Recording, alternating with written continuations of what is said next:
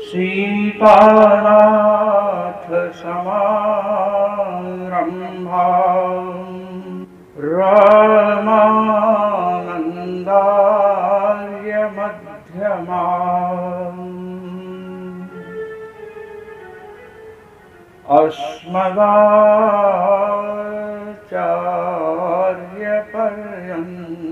अस्मदाचार्यपर्यन्ताम् वन्दे गुरुपरम्पराम्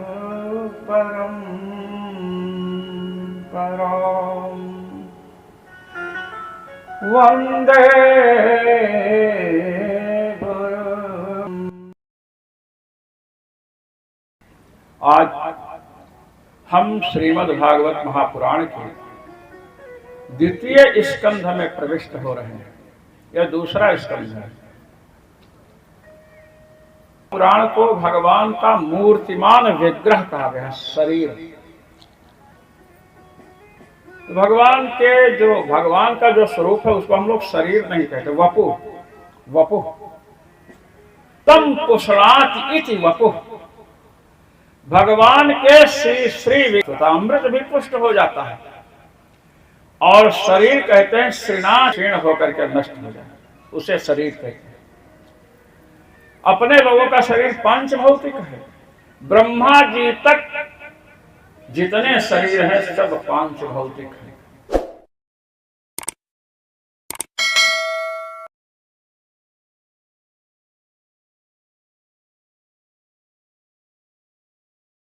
कल इस विषय पर चर्चा हुई कि जितने संसार में प्राणी हैं, पशु पक्षी मनुष्य, गाँव में भी जो सबसे श्रेष्ठ श्री ब्रह्मा जी हैं, उनकी भी आयु कितने दिन है? 7 दिन, केवल 7 दिन, क्योंकि 8वां दिन होता ही नहीं। तो श्री परीक्षित जी केवल अपने लिए नहीं प्रश्न कर रहे हैं, हम सबके लिए प्रश्न कर रहे हैं कि उन्हें क्या करना चाहिए। श्री परीक्षित जी संसार के समस्त प्राणियों का प्रतिनिधित्व कर रहे हैं। वे कथा सुनने बैठे हैं तक्षक नाग के भय से, ऐसी बात नहीं है। उन्हें संसार रूपी सर्प से भय है। और भगवान के जितने ज्ञानी भक्त ये सांप बिच्छी से नहीं डरते हैं। अरे हम कहते हैं सांप किसी को काट लेगा, एक जीवन नष्ट होगा, किंतु यदि संसार रूपी सर्प ने किसी को डसा है तो महाराज जन्म जन्मांतर से रहेंगे। इसीलिए श्री परीक्षित जी को श्री सुखदेव जी महाराज ने जो कथा सुनाई है ना, ये तक्षक नाग से बचने के लिए नहीं सुनाई है। और ये होते तो तक्षक के बाप में भी इतनी शक्ति नहीं थी कि परीक्षित जी को डस लेता। ये मैं आपको बताना चाहता हूँ। वे तो संसार रूपी जो श्री परीक्षित जी हैं, संसार रूपी सर्प से छुड़ाने के लिए संसार सर्प दशुरातम अमोमुचत, संसार रूपी सर्प से डसे हुए परीक्षित जी को छुड़ाना चाहते हैं।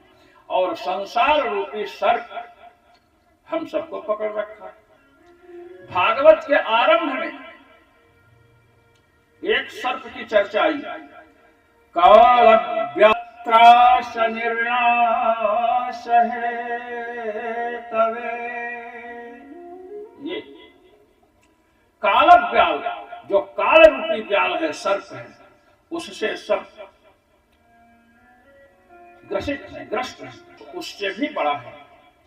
काल तो एक जीवन को नष्ट करता है और संसार रूपी सर्प जन्म जन्मांतर तक जीव को नहीं छोड़ता है। तो संसार रूपी सर्प को छुड़ाने के लिए कोई भी किसी भी का मंत्र जपिए, संसार रूपी सर्प से छुट्टी नहीं मिलती है। संसार रूपी सर्प क्या है? पूज्यपाद गोस्वामी ने रावण को मारा, कुंभकर्ण को मारा। किसी ने कहा 10 सिर वाला रावण जो लंका का राजा था, अरे इसको तो हनुमान जी भी मार सकते थे।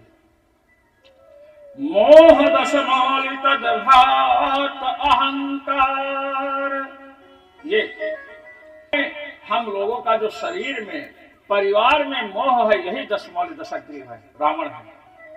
और जीव नहीं मार सकता है। इंद्रादि ब्रह्मादि जितने भी जीव हैं महाराज, रावण का अत्याचार चलता रहा, किंतु किसी के द्वारा रावण ने तो वरदान ही दे रखा है। इस संसार रूपी जो वृक्ष है, इसके मूल ब्रह्मा जी हम वहीं से चलता है। तो देवताओं ने लिया। मारीच सुबाहु से संतुष्ट थे विश्वामित्र जी, भस्म कर सकते थे, किंतु उन्होंने सोचा कि इतनी तपस्या में बड़ा कष्ट होता महाराज। लड्डू पेड़ा कोई लाया तो खा गए, बाद में शुगर बढ़ेगी तो क्या होगा, पेट खराब होगा, बाद में कष्ट होता है। किंतु तपश्चर्या करने में स्नान करने गए। और स्नान भी ऐसे नहीं कि नल खोल करके फव्वारा खोल कर बैठ गए, वहां पर भी मंत्र पढ़ते हैं। गोदावरी सरस्वती नर्मदा कावेरी जलेस्मिन् सन्निधिं। गंगा जी, यमुना जी, सिंधु, कावेरी, इन सब का आवाहन करते हैं। अब आवाहित जल में जो स्नान करेगा, हमारे यहाँ जो हम भारतीय हैं, हमारे यहाँ आचार सदाचार की प्रधानता थी। जिस समय प्रातः काल उठते ही भगवान का स्मरण करते थे, गृहस्थ हो चाहे विरक्त, आंख बंद किए, और जब आंख खोलते थे नेत्र, तो किसी का मुंह नहीं देखते थे, चाहे पत्नी हो चाहे पुत्र, कोई भी हो, मामा मामी, नाना नानी, पापा पापी, किसी का मुंह नहीं देखते थे। क्या देखते थे महाराज? हाथ आगे करते थे ऐसे, हाथ पर यहाँ, फिर यहाँ, और फिर मूल में। कराग्रे वसते लक्ष्मी कर मध्ये सरस्वती करमूले ब्रह्मा प्रभाते। और ध्यान करते हुए फिर हाथ को यहां से लाते थे ऐसे 3 बार। देखिए, जब जिससे हमें संपूर्ण कार्य करना है हाथ से, तो महाराज पहले हाथ का दर्शन और करके अग्रभाग में किसका ध्यान किया? लक्ष्मी जी का। लक्ष्मी जी का ध्यान किया। अब महाराज ऐसा व्यक्ति जहां हाथ लगाएगा वहां लक्ष्मी जी धन की वर्षा करेंगे। अब केवल धन ही धन है, विद्या बुद्धि नहीं है, तो महाराज क्या लाभ होगा? लक्ष्मी जी उल्लू पर बैठ करके चलती है और गरुड़ जी पर बैठ करके चलती है। गरुड़ जी पर तब बैठते हैं जब भगवान नारायण, और जब भगवान नारायण नहीं होते हैं तो उल्लू पर बैठकर चलती है, को भी कहते हैं, और लक्ष्मीपति सेठों को भी कहते हैं, सुना होगा। किंतु अर्थ दोनों में भिन्न भिन्न है। भगवान नारायण पुरुष समास होता है, षष्ठी तत्पुरुष, लक्ष्म्याः पते ही लक्ष्मीपति। सेठों को लक्ष्मीपति कहते हैं, तो वहां बहुव्रीहि समास होता है। लक्ष्मीपतिर्यस्य, लक्ष्मी ही पति माने स्वामिनी हो जिसकी, तो लक्ष्मी किसकी? स्वामी किस पर बैठते हैं? उल्लू पर। तो वहां लक्ष्मीपति का अर्थ क्या होता है? उल्लू। जिस धनिक के जीवन में भगवान नारायण नहीं है, केवल धन है, समझिए कि वो सबसे बड़ा, अब आप कहिए हम क्यों कहें। और उल्लू को क्या अच्छा लगता है? अंधकार, अज्ञान रूपी अंधकार में पड़ा रहेगा। हम चाहें, किंतु उलूक को जैसे अंधकार प्रिय है, ऐसे ही हमारा जीवन अज्ञान रूपी अंधकार में ना चला जाए, इसके लिए कर मध्य सरस्वती, सरस्वती जी को मध्य में। हमें ज्ञान भी चाहिए, धन तो पहले चाहिए, समझे ना? धन पहले चाहिए। अब धन हमें भ्रष्ट ना कर दे, शराबी जुआरी न बन जाएं, इसके लिए क्या चाहिए? ज्ञान चाहिए। आप देखिए, लोगों के पास धन है महाराज और ज्ञान नहीं है, कहते हैं क्या करें, हम तो बड़े धार्मिक है, और लड़का शराब पीता है, कोई कहता गांजा पीता है, गुटखा खा रहे हैं। किसका परिणाम है? क्योंकि सरस्वती जी का हमारे जीवन में प्रवेश नहीं है। अब धन भी हो और ज्ञान भी हो और संतान ही ना हो, लड़का लड़की कोई ना हो, तो महाराज जीवन व्यर्थ है गृहस्थ का। इसलिए कर मूले स्थित, कर के मूल में किसका ध्यान करें? ब्रह्मा जी का, जो समग्र सृष्टि के उत्पादक हैं, जिनके संकल्प से सृष्टि अनंतानंत सृष्टि समुत्पन्न होती है। ऐसे ब्रह्मा जी का जब ध्यान करेंगे तो निसंतान जीवन नहीं रहेगा। अब ये हमारी परंपरा है, हम लोग प्रातः काल उठते हैं और ये हमारे जो ब्रह्मचारी हैं, ये आपके अजित मल के हैं, तो ये लोग भी यही कराग्रे बस्ते लक्ष्मी करते हैं ना। अच्छा, अब ये तो हाथ का कार्य, जीवन दिन में हाथ से कार्य लेना है, हाथ का हो गया। अब हाथ का कार्य, जैसे आपको किसी को पानी देना है और चल करके जाएंगे तभी ना जल देंगे, तो पैर का उपयोग, हाथ के बाद पैर का उपयोग है। तो जब हम आसन से बिस्तर से उतरेंगे तो हमें पैर रखना है किस पर? पृथ्वी देवी पर, पृथ्वी पर। भारत माता की जय बोलते हैं। रूस माता किसी ने कहा, कहीं सुने? रूस माता, अमेरिका माता, जापान तो है ही नहीं, केवल भारत माता। माता ये वेद का उद्घोष है। धरती हमारी माँ है, तो महाराज अब धरती माँ पर हमें अपना पैर रखना है। तो हम ये देखते हैं कि हमारा कौन श्वास चल रहा है, पता लगाइए इसे। देखिए, वो तो मैंने धीरे से, हाँ, अरे ये नहीं उठता तो हवा तो आपने देख लिया, नीचे आसन से उतरना है बिस्तर से, उस समय पृथ्वी देवी को नमस्कार। उस समय बोलते हैं समुद्र वसने देवी पर्वतस्तन मंडिते, मंडले भी पाठ है। समुद्र वसने देवी पर्वतस्तन मंडले। आगे बोलो, देखिए, बोले ना विष्णु पत्नी नमस्तुभ्यम, पहले मैंने नहीं कहा, बीच में कहा। समुद्र वसने देवी पर्वतस्तन मंडले विष्णु पत्नी नमस्तुभ्यम पादस्पर्शम क्षमस्व में। भगवान विष्णु की पत्नी है, ये भूदेवी है, इसलिए कह रहे हैं कि समुद्र वसने देवी।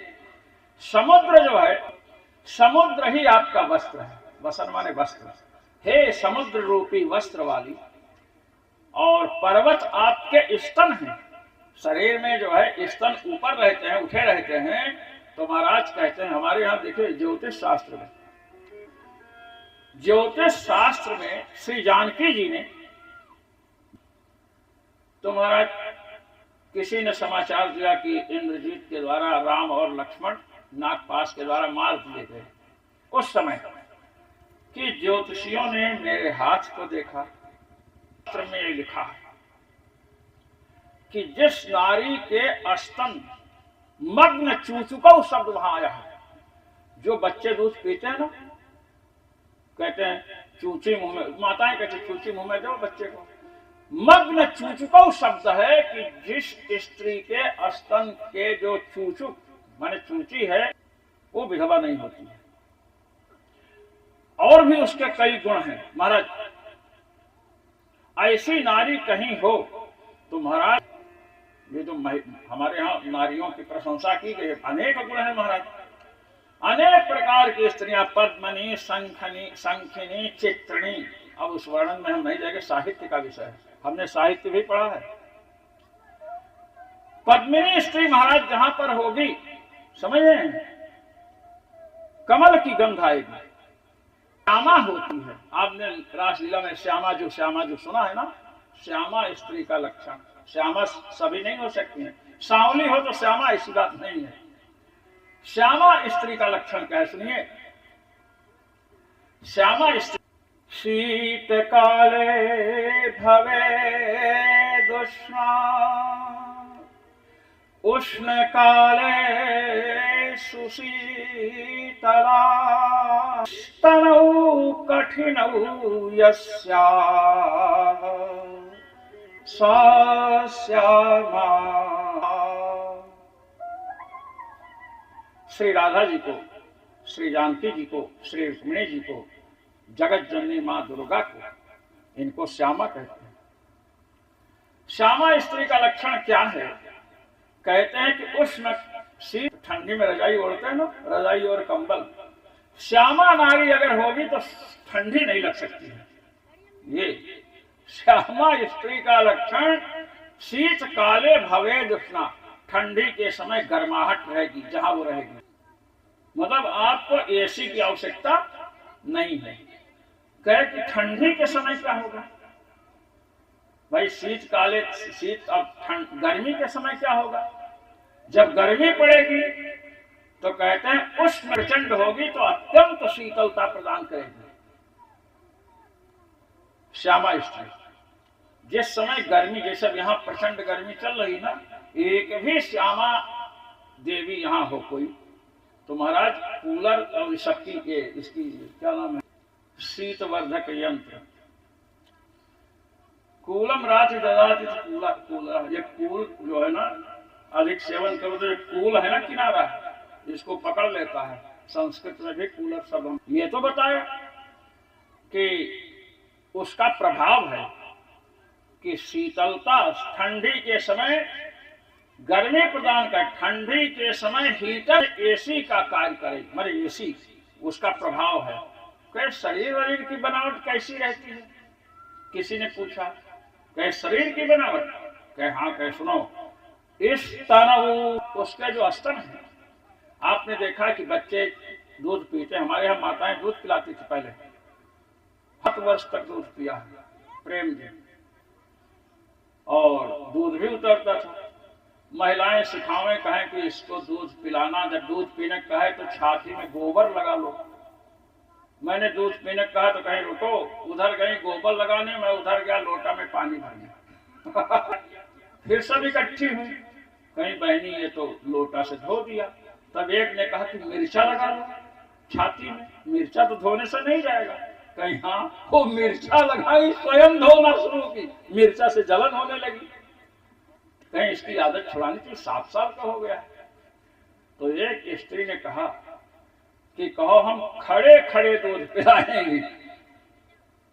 अब जब खड़ी हुई तो मैं एक कनस्तर खाली जो था उसको लेकर आया, उस पर चढ़ करके मैंने दूध पिया, दूध नहीं छोड़ा। हमको आज भी माँ के दूध के स्वाद का पता है कैसा होता है।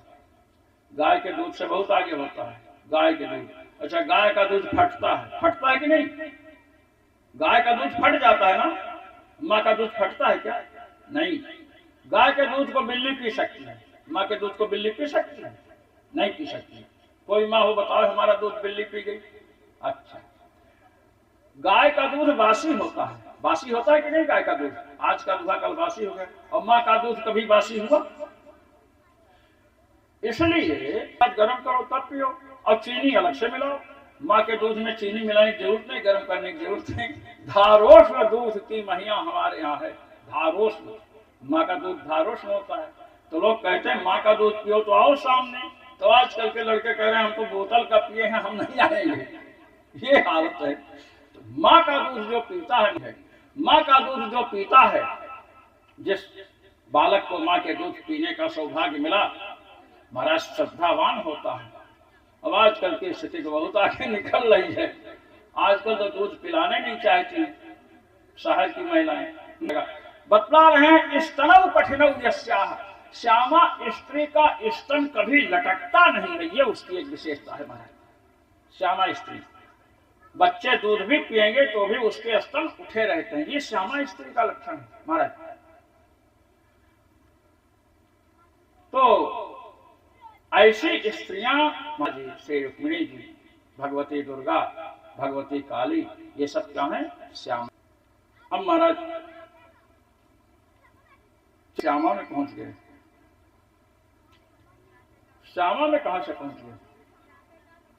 जीवन का अवशिष्ट है। तो महाराज 7 दिन में हमें क्या करना चल रही थी, तो श्री परीक्षित जी की प्रशंसा करते हुए श्री सुखदेव जी ने कहा कि आपने जो प्रश्न किया है कि 7 दिन में, जिसे 7 दिन में क्या करना चाहिए, तो आप सुनो। जो प्राणी है संसार में जिन्होंने जन्म लिया है, अधिक से अधिक 100 वर्ष की आयु होती है। अब 100 वर्ष में मतलब 24 घंटे में 12 घंटे रात वाला सोने में जाता है ना सोने में। 50 वर्ष किसमें निकल गया? सोने में। अब बचा 50 वर्ष। 50 वर्ष में पढ़ने में, 25 वर्ष पढ़ने में गया। 25 वर्ष हमारे यहाँ ब्रह्मचर्य आश्रम 25 वर्ष तक। अब कितना बचा? 25 वर्ष। इधर 25 वर्ष विवाह किए, बाल बच्चे संतान पत्ती में लगे, पिता का पालन पोषण करने लगे। एक साथ ही रात नहीं आएगी, एक साथ ही दिन नहीं आएगा, दिन के बाद रात, रात के बाद दिन। तो कहने वाला 50 वर्ष तो गृहस्थी में निकल गया। 50 के बाद 51, 52 में ही वन शब्द जुड़ गया है। 51, 52 2 बार वन शब्द जुड़ा कि अब घर गृहस्थी से मोह ममता हटानी चाहिए, बहुओं को संभलवानी चाहिए। ये अब सासुओं को खराब लगे तो हमको क्या लेना देना है। मैं उसको सास की बात कह रहा हूं। धीरे धीरे घर से आसक्ति हटावें, और जब 75 वर्ष के हो जाएं तो पूरी आसक्ति हटा लें। अपने शास्त्र का अध्ययन किया 25 वर्ष तक। जब शास्त्र पढ़ोगे तो ऋषियों के ऋण से आप छूटोगे। जितने लोग जन्म लेते हैं संसार में, सबके ऊपर 3 ऋण होते हैं महाराज। 3 ऋण, ऋषि ऋण, पितृ ऋण और देव ऋण। ऋषियों का ऋण शास्त्रों को पढ़ने से उतरता है। देवताओं का ऋण स्वाहाकार, स्वाहा वाहा करते हैं, तर्पण करते हैं, ये सब। और पिता का ऋण संतान उत्पन्न होने से उतरता है, समझे ना। और माता का ऋण कोई उतार ही नहीं सकता है।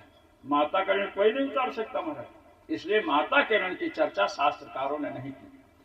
तो बतला रहे हैं कि सोने में समय निकला, और ये सब यदि भगवान को नहीं जाने, आत्मा को नहीं जाना, केवल मैं ब्राह्मण, मैं क्षत्रिय, मैं बालक, मैं जवान, संसार सागर से पार नहीं उतर सकते। संसार सागर से पार उतरना है तो देह में आसक्ति छोड़नी पड़ेगी। देह में जो बुद्धि हो रही ना कि मैं गोरा हूं, मैं काला हूं, मैं स्त्री हूं, मैं पुरुष हूं, इसे महाराज छोड़ना ही पड़ेगा। जब तक देह में आसक्ति है तब तक महाराज कोई भी देवी देवता संसार से पार नहीं उतार सकता है, और स्वयं भी पार नहीं उतर सकता है। इंद्र तो देवताओं के सम्राट हैं। इंद्र अल्लाह के पास आई। तीनों लोकों के सम्राट आप बन सकते हो, किंतु आप काम को अपने वश में नहीं कर सकते हैं। काम, क्रोध और लोभ को यदि वश में करना है तो देह बुद्धि जो है, मैं जो हो रहा है ना शरीर में, ये बताया था कि कैसे अपने को चिंतन करना चाहिए। इसीलिए हम सदगुरु की शरण लेते हैं। लोग कहते हैं गुरु नहीं बनाएंगे तो पुण्य का फल नहीं मिलेगा, बनाएंगे तो पुण्य नहीं मिलेगा। बताओ, किसी का गला काट दोगे, गुरु नहीं बनाया हो तो फांसी की सजा होगी कि नहीं होगी? ना, दंडित होंगे। चोरी करेंगे, गुरु आपके कोई नहीं, चोरी का फल मिलेगा।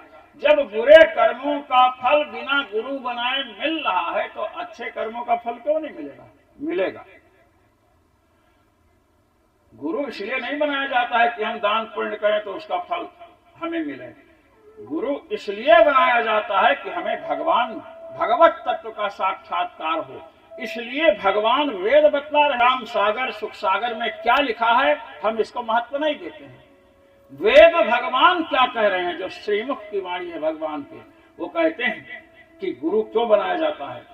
तद्विज्ञानार्थं सगुरुमेवाभिगच्छेत् समित्पाणिः श्रोत्रियं ब्रह्मनिष्ठम्। तद्विज्ञानार्थम अर्थात विशेष ज्ञान प्राप्त करना है तो मामा मामी काका काकी चाचा चाची ससुराल और कहीं रिश्तेदार के यहाँ जाने से काम नहीं होगा। कहे कि किसी आश्रम में जाएं, वहां का कोई महंत वहंत हो, लंबी चौड़ी तिलक लगाता हो, बड़ी लंबी चौड़ी दाढ़ी हो, बड़ा सुंदर कपड़ा पहनता हो, उससे जाकर के शिष्य बन। किसके पास जाने से परमात्मा का ज्ञान होगा? कहते हैं श्रोत्रियम ब्रह्मनिष्ठम गुरुम एव अभिगच्छेत्। गुरु के पास जाए। अब बताइए, गुरु तो गुरु है ये है, गुरु घंटाल उससे भी बड़ा है। गुरु घंटाल, गुरु घंटाल में गुरु शब्द है कि नहीं? हाँ, तो दो प्रकार के प्राणी संसार में, एक गुरु मिलेंगे, एक गुरु घंटाल मिलेंगे। उनमें भी गुरु है और गुरु में भी गुरु है। देखा जाए तो नर से भारी नारी है, तो नर से भारी नारी है क्योंकि नर शब्द से नारी शब्द की सिद्धि होती है। तो अब कैसे गुरु के पास जाएं, ये भगवती श्रुति बतला रही है। श्रोत्रियम ब्रह्मनिष्ठम, जो गुरु श्रोत्रिय है, वेद शास्त्र का ज्ञान रखते हैं, और ब्रह्मनिष्ठम भगवान में अत्यंत निष्ठा है, भजन साधन करते हो, कुछ अनुभव हो। जाओगे शास्त्र की बात आपको समझा देंगे, भजन साधन में कहीं गड़बड़ी हुई तो टाइम टाइम फिर कुछ नहीं, केवल भजन साधन करते हैं। आप उनके शिष्य बन गए, अब कोई शास्त्र की बात पूछे तो चुप। इसलिए शास्त्रों के मर्मज्ञ हो और भगवत ऐसे गुरु की शरण में जाने कहा गया। किसी मठाधीश के पास जाओ, किसी लंबी दाढ़ी वाले छोटी दाढ़ी वाले के पास ऐसा नहीं बताया महाराज। ब्रह्मनिष्ठ के पास जाना हमको जानने के लिए। तो भगवती श्रुति स्वयं कह रही हैं, तो हमें सदगुरु जड़ भरत जी रघुगण को बतलाएंगे, और यही बात श्री प्रहलाद जी अपने पिता तथा मर्क इन दोनों गुरुजनों को बतलाएंगे। यही बात, सदगुरु के चरण रज से अभिषेक नहीं किया जाए महाराज।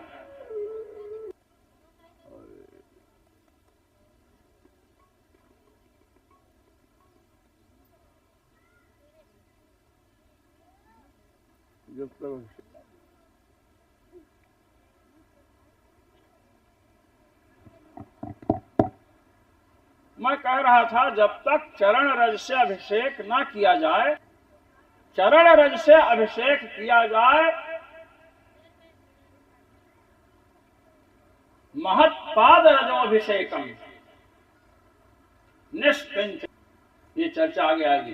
तो हमारे यहाँ गुरु की आवश्यकता के लिए, अच्छा संसार में देखिए, बालक पढ़ने जाता है स्कूल में, जो टीचर हैं अध्यापक वो भी गुरु हैं, वो भी तो बताते हैं। ऐसे दिव्य गुरु श्री सुखदेव जी बैठे हैं, उन्होंने कहा कि देखो संसार में लोग रह रहे हैं, उनकी आयु बीतती जा रही है, इसलिए भगवान को जानने का प्रयास करना चाहिए। कहे जन्म का इतने लोग हैं, सब जन्म लिए हैं, सब मरेंगे। कहते हैं जन्म लाभ परः पुंसाम् अन्ते नारायण स्मृति। सबसे बड़ा लाभ यह है कि जब मृत्यु का समय आवे तो भगवान का स्मरण हो। पूज्यपाद गोस्वामी जी ने मानस में कहा, जिस समय बाल की मृत्यु सामने खड़ी है, बाल के मुख से गोस्वामी जी कहवा रहे हैं, बार बार मुनि बार बार कराही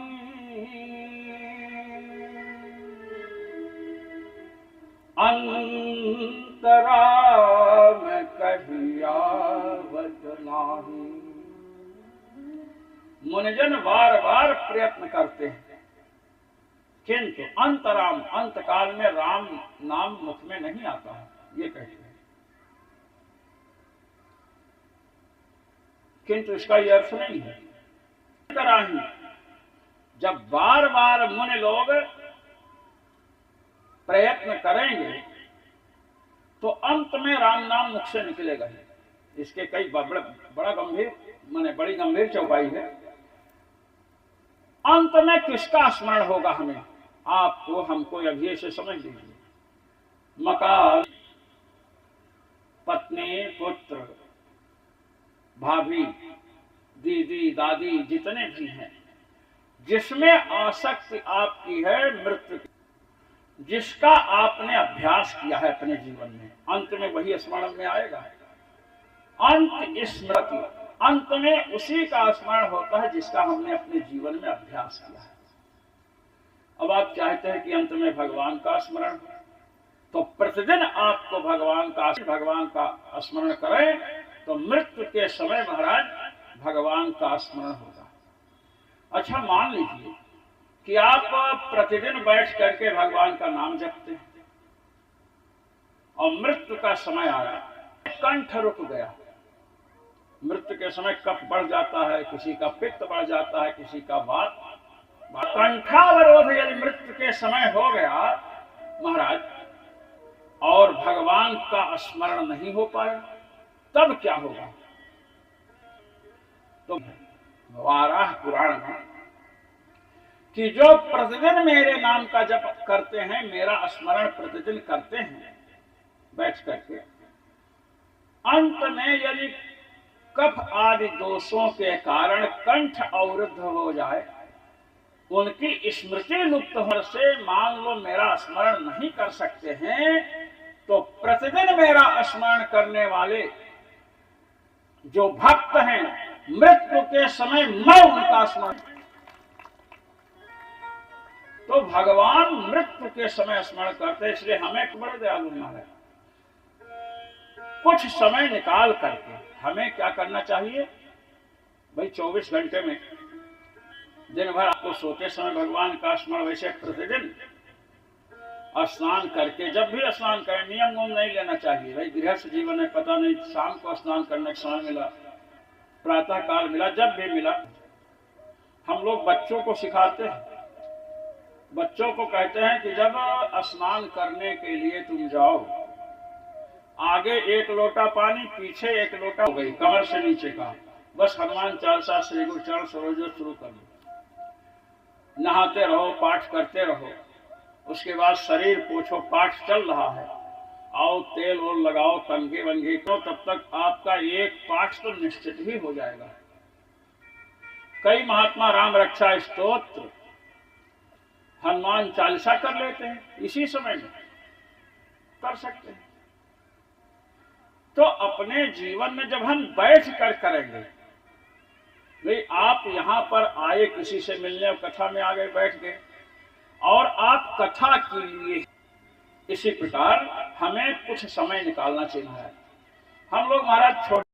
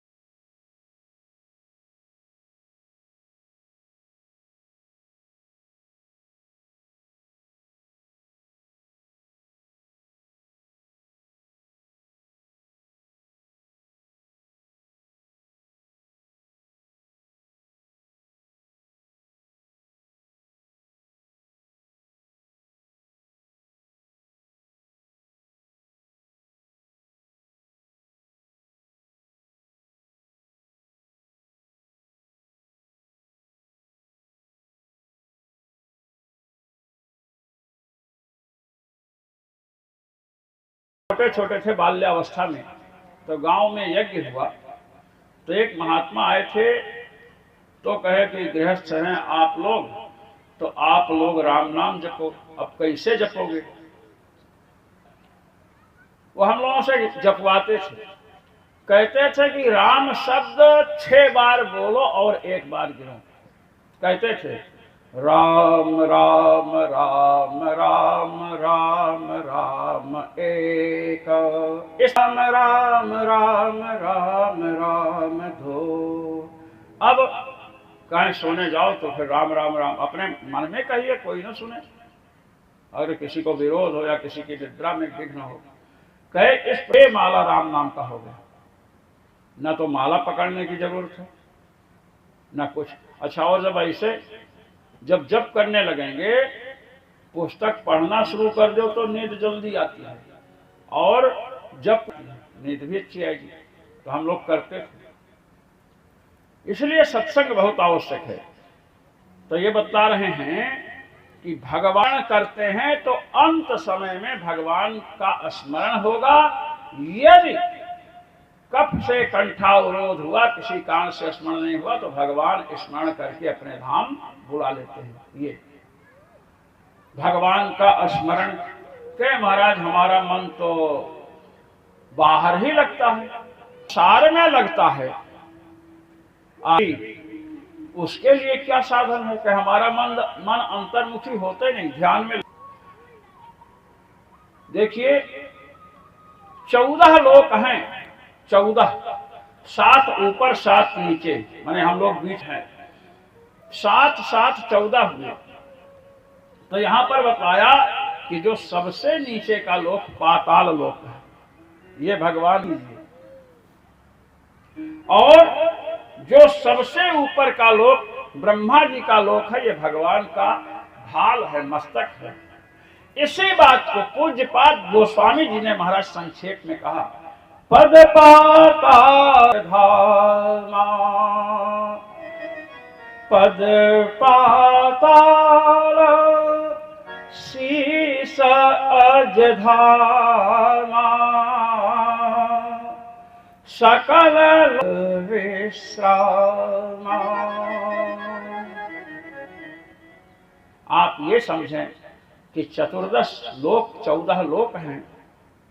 14 लोक में जो ब्रह्म लोक है भगवान का श्रीमस्तक है, सिर है, और पाताल लोक जो है भगवान के जो लोक है उनके तत्तद अवयव हैं। इस प्रकार स्थूल जो जगत है, इसमें भगवत बुद्धि करें महाराज। हमारे यहाँ इसे प्रतीकोपासना कहते हैं। प्रतीकोपासना उपनिषदों में मन, मनोब्रह्मेत्युपासित, मन को परमात्मा समझकर उपासना करो।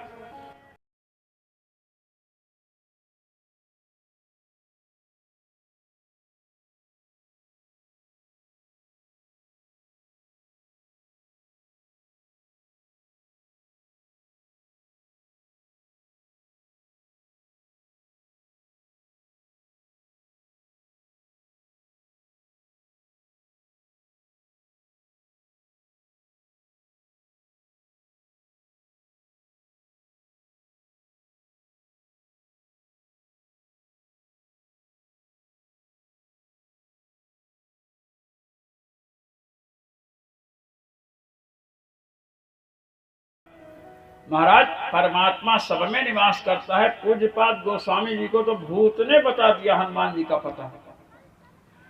तो हमें श्रद्धा की आवश्यकता है।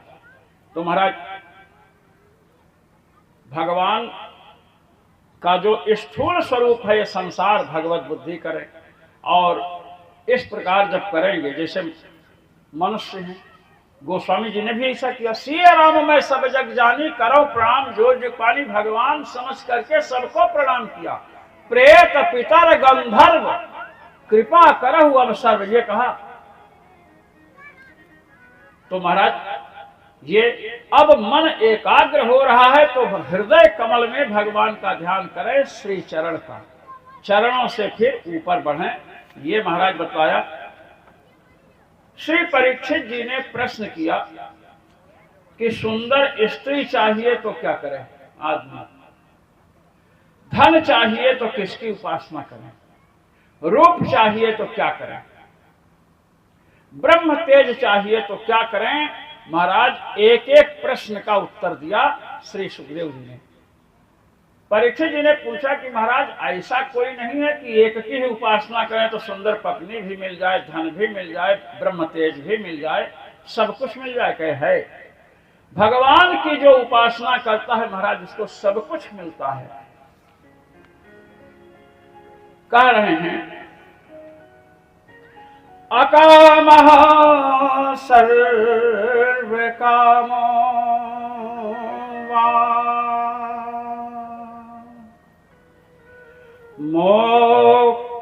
मोक्षकाम उदारभी तीव्रेण भक्तियोगेन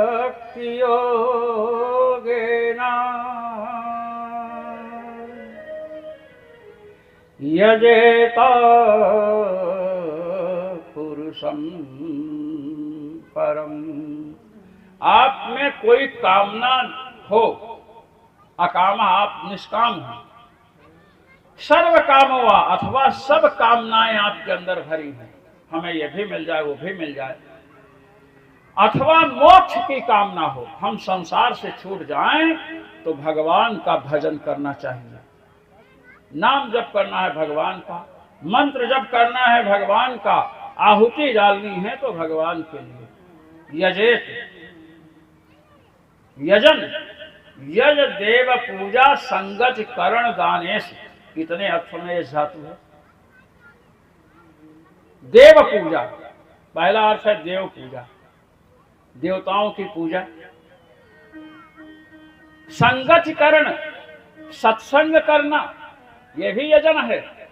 और दान, ब्राह्मणों को, साधु महात्माओं को जो भी हैं उनको भोजन पानी कराइए। गरीब लोग हैं महाराज, देख रहे हैं वस्त्र नहीं है, आपके पास धन है तो उनके लिए वस्त्र की व्यवस्था कीजिए। जिसको जो चाहिए भगवान ने आपको दिया है तो उनकी व्यवस्था करनी चाहिए। संकल्प लेकर के ही दान करें ये आवश्यक नहीं है। संकल्प लेकर दान वहां किया जाता है जहां उस दान का कोई फल विशेष हमें चाहिए। अब जैसे मान लीजिए बिल्ली मर गई अपने द्वारा, अब बिल्ली की हत्या से बचना है, अब उसके लिए दान करना है तो संकल्प करना पड़ेगा कि मां बिल्ली की हत्या से छूटने के लिए मैं संकल्प कर रहा हूं। और यदि आप किसी को देखते हैं बच्चे हैं, कि बच्चों को क्या दान करें, अरे बच्चों को कुछ दान नहीं कर सकते हो तो जिससे दांत खराब नहीं होता वो चॉकलेट दे ही सकते हो, होली के समय पिचकारी दे सकते हो, गुब्बारे दे सकते हो, बच्चों की ड्रेस बनवा सकते हैं।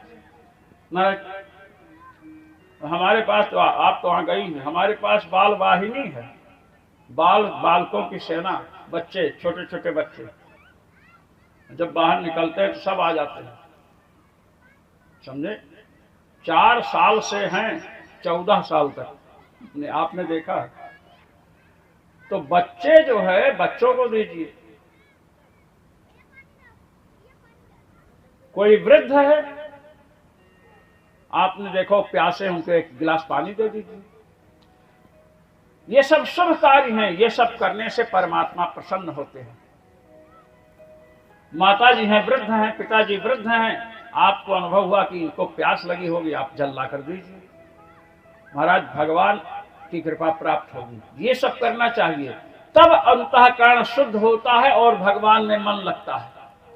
पैसा अधिक हो जाए, जमीन अधिक हो जाए, सारे संसार के लोग आपको जानने लगें तो भगवान में मन लगेगा, ऐसी बात नहीं है। भगवान में मन लगता है माता पिता और गुरुजनों की सेवा करने से। बहुएं सोच रही कि सासू की सेवा करने से मन लगेगा कि नहीं। अरे भाई, जो सासू हैं आपकी वो भी आपके पति की क्या है, माता है। ससुर हैं वो भी पति के क्या है, पिता है। तो महाराज सेवा में सबसे बड़ी शक्ति है। मैं आपको बताऊं, एक लड़का था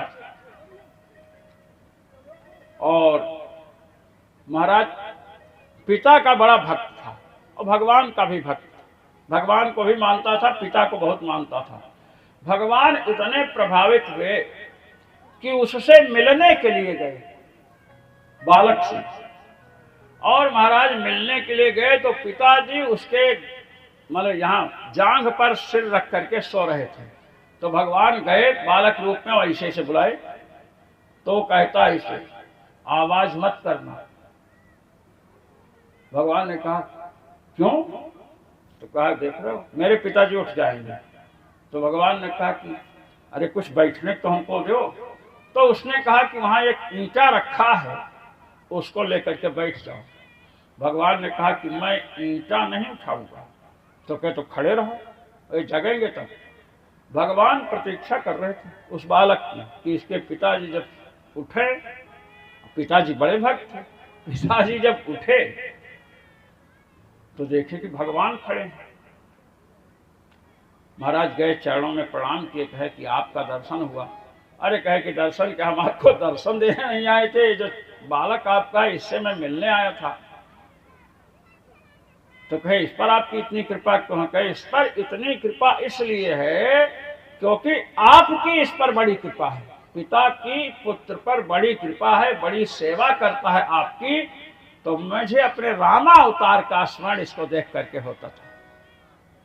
इसको देखकर रामा अवतार में मैं भी पिता की खूब सेवा किया, इसलिए मेरा इसके प्रति प्रेम बढ़ा। तो महाराज माता की सेवा, पिता की सेवा, ये सब बहुत महत्वपूर्ण है भगवान की तरफ बढ़ने के लिए। तो भगवान की पूजा केवल तुलसी दल चढ़ाना, भोग लगाना तक ही सीमित न समझें। भगवान से अधिक महत्व भगवान के भक्तों का है, ये आप समझ लीजिए। भगवान से अधिक महत्व किसका है? भक्तों का है। अच्छा, सबरी जी का नाम तो आप लोगों ने सुना है ना? हाँ, सबरी के गुरु जी थे मतंग ऋषि। भगवान श्री राम का दर्शन मतंग ऋषि को नहीं हुआ महाराज ना, और सबरी जी को हुआ। सबरी की तो कुटिया पूछते हुए गए। महाराज ये नियम है कि जो साक्षात भगवान से, डायरेक्ट भगवान से जुड़े हैं, उनको भगवान की प्राप्ति होगी कि नहीं इसमें संदेह है। किंतु उन भक्तों की सेवा में जो लगे हैं, उन भक्तों से जो जुड़े हुए हैं, उनके भगवत प्राप्ति में कोई संदेह नहीं है। ये शास्त्र का, पुराण का वचन है। सिद्धिर्भवति वा नेति, सिद्धिर्भवति वा नेति, संशयोच्युत सेविनाम् न संशयोस्ति तद्भक्त परिचर्यारतात्मनाम्।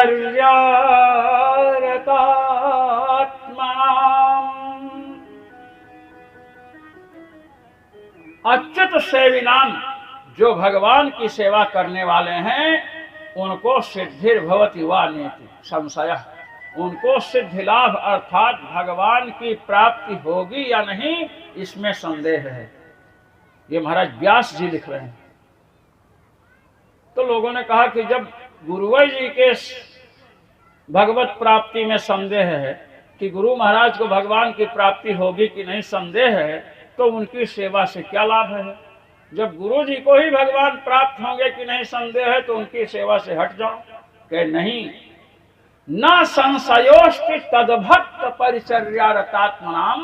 जिन भक्तों के भगवत प्राप्ति में संदेह है, भगवान में लगे हुए हैं, किंतु उन भक्तों की जो सेवा कर रहे हैं, उनके भगवत प्राप्ति में कोई संदेह नहीं है। कहे कैसे? कहे मतंग ऋषि भगवान की साक्षात सेवा करते हैं, सालग्राम भगवान रखे हैं, हवन करते हैं, उनको भगवान राम का दर्शन नहीं हुआ? प्रेम जी ना। कहे कि सबरी, परमात्मा श्री राम में अवतरित रूप, श्री राम रूप में अवतरित हो चुके हैं, लेकिन मेरा शरीर इतना जीर्णशीर्ण, इतना वृद्ध हो चुका है कि मैं इसे धारण करके अब नहीं रख सकता। और मैं उनके दर्शन से वंचित रहूंगा। तो सबरी जी ने कहा, गुरु जी जब आप ही वंचित रहोगे तो मैं तो आपकी शिष्या हूं, जब गुरु ही वंचित रहेगा तो शिष्य और शिष्या को कब दर्शन होगा? कहे नहीं सबरी, तुम्हें दर्शन होगा। कि महाराज मैं क्या करूं? अरे कहे तुम्हें कुछ नहीं करना है, तुमने हमारी सेवा की है, तुमने निष्काम भाव से आश्रम में रहने वाले ब्रह्मचारी के लिए, महात्माओं के लिए लकड़ी काट काट कर पहुंचाया कि हवन कर लें, दंत धावन दतून काट काट कर पहुंचाया है, तुमने इतनी सेवा की है, तो भगवान की प्राप्ति के लिए अब तुम्हें कुछ नहीं करना है, भगवान स्वयं तुम्हें प्राप्त करने के लिए यहाँ आएंगे, पूछते पूछते। ये है महाराज हमारे यहाँ सेवा का महत्व। अब सबरी जी को गुरु जी ने कह जा, गुरु जी तो चले गए ब्रह्मलोक। अब गुरु की बात पर विश्वास है सबरी जी को। गुरु जी ने कह दिया कि भगवान का दर्शन होगा, भगवान आएंगे तो आएंगे। सबरी प्रतिदिन महाराज मार्ग को साफ करती हैं और फल चयन करके लाती हैं। महाराज प्रतीक्षा करते करते सबरी वृद्धा हो गई, बूढ़ी हो गई, किंतु गुरु के वचन पर विश्वास है, इसलिए उन्होंने आस को नहीं छोड़ा, आशा नहीं छोड़ी। और एक दिन भगवान श्री राम पूछते पूछते महाराज आए। तो जब भगवान श्री राम सबरी जी के आश्रम की ओर जब पूछ रहे हैं, सबरी माँ की कुटिया किधर है, तो उस वन में बड़े बड़े नैयायिक न्यायाचार्य, बड़े बड़े वेदांताचार्य, बड़े बड़े यज्ञाचार्य, बड़े बड़े वेद पाठी, घन पाठी, जटा पाठी, बड़े बड़े विद्वान भगवान श्री राम के स्वागत के लिए पुष्प सजाए हुए थाल में खड़े थे। हमारे यहाँ आइए प्रभु, हमारे यहाँ आइए। भगवान ने कहा हमें सबरी माँ के यहाँ जाना है, उसका पता बताओ। कुछ लोगों ने बताया। अब सबरी जी के यहाँ जब भगवान पहुंचे, अब उस समय सबरी जी को देखना भी बहुत अच्छे तरह से देख नहीं सकती, देख करके पता नहीं लगा सकती कि ये फल मीठा है, ये फल कड़वा है। जाती हैं महाराज, फल जो मिलते हैं उनको चखती हैं, जो मीठा लगता है उसको अलग रख देती हैं। इस प्रकार ये वर्णन जो है, ये भुसुंडी रामायण में है ये वर्णन। लोग कहते हैं कि लोग ऐसे कल्पना करते हैं, मैं कल्पना की बात, मैं सास की बात कहता हूँ। भुसुंडी रामायण में चर्चा है। और मेरा एक लेख कल्याण के, वो मोटा वाला जो कल्याण होता है ना, वो भक्तांग कौन निकला था, उसमें मैंने लेख दिया था सबरी जी के विषय में, तो मैंने लिखा था।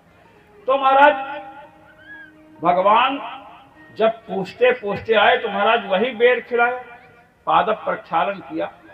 और जब बेर खिलाई, भगवान जब प्रसन्न हुए तो सबरी के हृदय में तत्वबोध हुआ, तत्व ज्ञान हुआ। और जब तत्व ज्ञान हुआ तो हीन जाति समुद्भवा, मैं तो निम्न जात की हूं, मैंने परमात्मा को अपना जूठा खिला दिया। तो महाराज भगवान ने कहा कि अब आप में देह बुद्धि नहीं है, देह से अपने को पृथक समझती हैं, और आपके हृदय में मेरे प्रति इतनी भक्ति है, इतना प्रेम है कि महाराज वे फल भी पवित्र हो चुके हैं। तो महाराज सबरी जी के जब फल को भगवान खा रहे थे, अब आपको बताऊं, सबरी की जो मीठी मीठी बेर है खा रहे थे, नारद जी ने देखा। नारद जी भक्ति के आचार्य हैं, देवर्षि नारद। नारद जी के 4 चेला हैं, 2 तो छोटे छोटे हैं, ध्रुव और प्रहलाद, और 2 बूढ़े शिष्य हैं, वाल्मीकि और व्यास जी। नारद जी शिक्षा दे रहे हैं कि केवल बालकों को या केवल बूढ़ों को शिष्य मत बनाना, दोनों को बनाओ।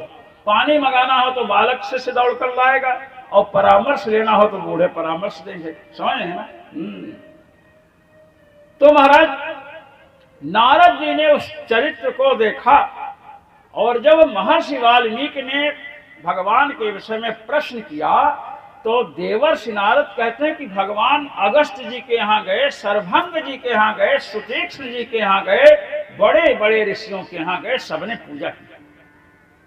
और सबने पूजा की। इस ये कहने के बाद देवर्षि नारद कहते हैं सबसे अच्छी पूजा सबरी ने की। सबर्या पूजिता सम्यक रामो दशरथात्मजः। ये सम्यक पूजता, सम्यक शब्द है, अच्छी तरह से पूजा सबरी के द्वारा की गई। तो वाल्मीकि जी ने पूछा कि अगस्त जी के द्वारा, सुतीक्ष्ण जी के द्वारा, वाल्मीकि जी के आश्रम पर गए, वाल्मीकि जी तो ग्रंथ लिख ही रहे हैं। नारद जी कहते हैं कि नहीं, सबरी जी के द्वारा सबसे अच्छी पूजा हुई।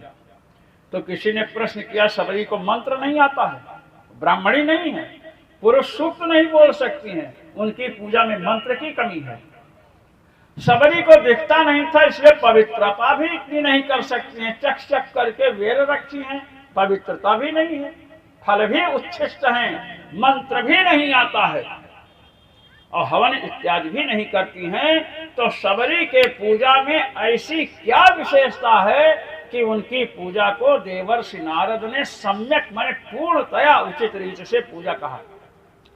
कहते हैं कि इसलिए कहा कि सबरी को अपने गुरु में अत्यंत श्रद्धा है, सबरी जी को अपने गुरु के वचनों पर दृढ़ विश्वास है।